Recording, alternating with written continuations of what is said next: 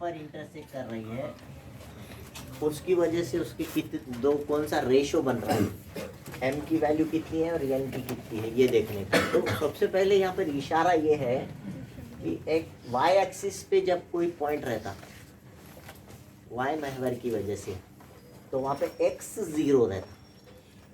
मतलब आपने जब आप रेशो मालूम कर रहे, लेट दैट रेशो बी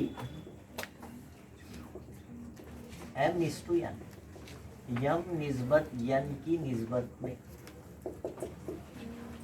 है ना y महवर तकसीम करता है उस फितह खत को m निस्बत n की निस्बत में तकसीम करता है।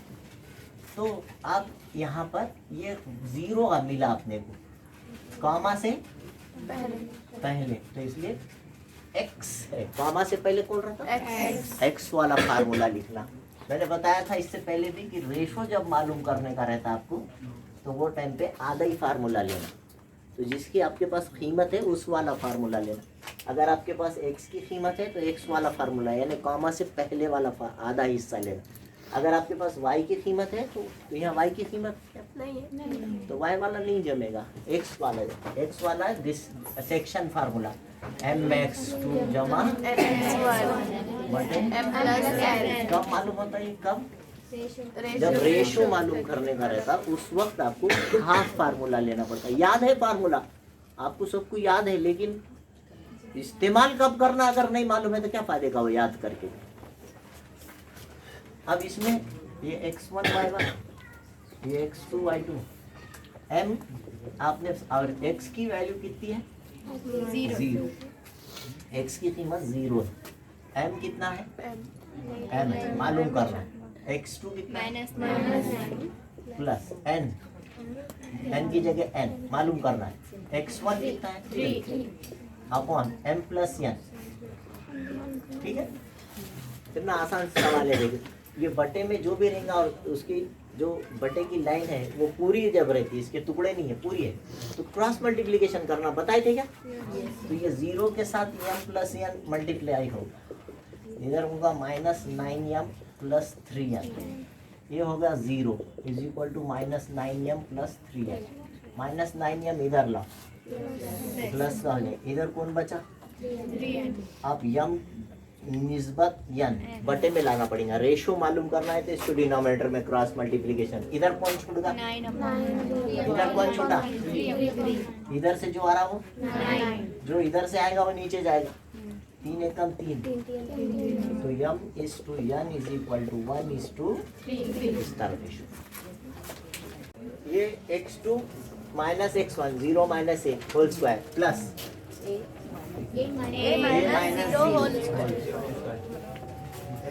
अब जाहिर बात ये minus a whole square plus a whole square, ये होगा a स्क्वायर, ये होगा a स्क्वायर, कितने बार a स्क्वायर 2 बार a स्क्वायर। तो a के साथ स्क्वायर है, 2 के साथ है क्या नहीं, तो a तो बाहर निकल जाएगा, तो a बाहर निकलेगा और अंदर रूट 2 बचेगा, ये आधा आंसर। ठीक है, यहाँ पर नुक्ता A, नुक्ता B और नुक्ता C सर्कम सेंटर बोले तो ऐसा सर्कल वो तीनों वर्टाइसेस से पास होता है। उसका क्या मतलब है, वो सेंटर A से भी उतनी दूर है, O का डिस्टेंस B से भी उतना ही है, equi distant from point C also, all the 3 points A, B, C are equi distant from O। नुक्ते O जो है A से B से और C से हम फासला है, तो हम फासले वाला एक क्वेश्चन करे थे पहले, है ना।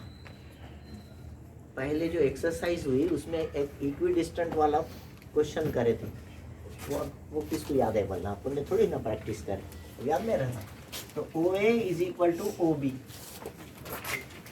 ऐसा लिखा है, OA is equal to OB, है ना। लेट द कोऑर्डिनेट्स ऑफ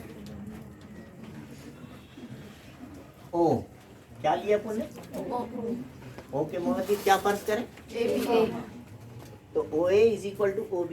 एक बार बताया था मैंने, इधर भी रूट आया उधर भी रूट आया तो रूट कट जाता, समझो वो क्वेश्चन यहाँ पे आया ऐसा। थोड़ा थोड़ा।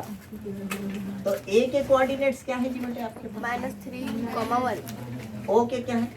अब इधर ओ ए आया ना, A, तो एक को x1 y1 बोलना पड़ेगा, ओ को x2 y2। हाँ B। चलिए, ओ के कोऑर्डिनेट A, B। और बी के इधर। 0,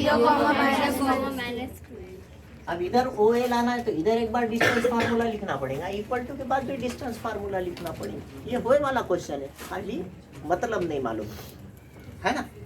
तो इसको क्या बोलते हैं? ये इधर क्या लिखेंगे? अंडर रूट फार्मूला बोलो। ओ ए का फिर बीच में इक्वल टू, फिर उधर ओ बी का बोलो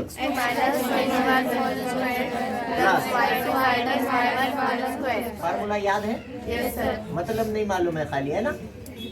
अब क्या फायदे का मतलब फार्मूला याद करके, फिर जब अपने को यूज करना ही नहीं आ रहा। क्या फार्मूला है?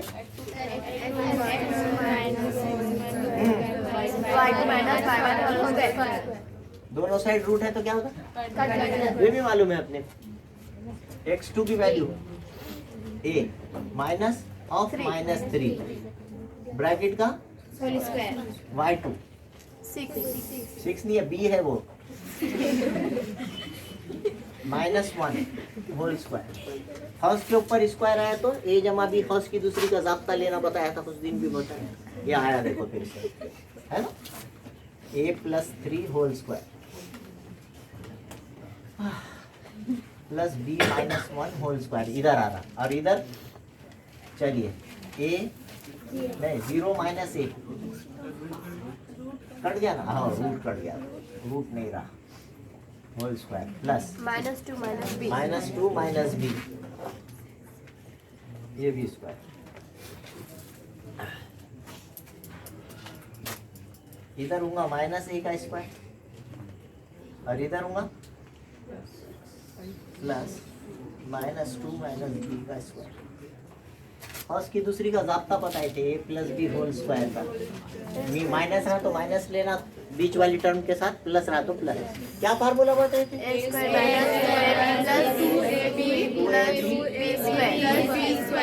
प्लस रहा तो प्लस, माइनस रहा तो माइनस। फार्मूले के साथ आगे बढ़ जाए तो काम खत्म हो जाता। हाँ पहले की दूसरी क्या होंगी? प्लस 2 तिया सबका मल्टीप्लीकेशन है, जो है यहाँ पे सब 2 तिया 6 प्लस 3 का स्क्वायर। कभी कभी 6 भी होता, कभी कभी 9 भी होता है ना। कोई तो बोले 6 बोले, 3 का स्क्वायर कितना होता? तो फिर क्यों 6 क्यों बोले? अच्छा कोई भी नहीं बोले, मेरी को गलत फहमी होगी। हाँ -2 1 2b सबका मल्टीप्लीकेशन करना है, जो है वो 2 1 2b प्लस 1 की दूसरी -a का स्क्वायर। माइनस वाले का स्क्वायर कभी भी प्लस होता, स्क्वायर कभी भी पॉजिटिव रहता। हाँ प्लस प्लस यहाँ 2 की दूसरी 4 लिखना भूल गए थे, ए स्क्वायर है ये। यहाँ पर सेकंड टर्म और थर्ड टर्म फार्मूले के लिए फर्स्ट टर्म जो है 2 की दूसरी 4 लिखना भूल गए।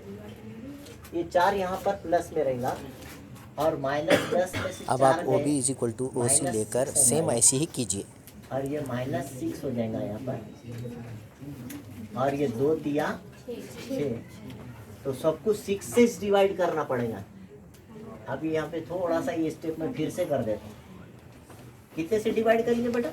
6 से ना, सब में कॉमन 6b/6 -6/6 6 सब जगह 6 6 करो तो a - b = -1। ये इक्वेशन है।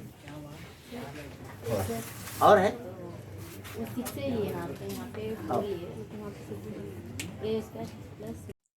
अगर अभी तक आपने मेरे चैनल को सब्सक्राइब नहीं किया है तो please like, share and subscribe my channel. Thank you.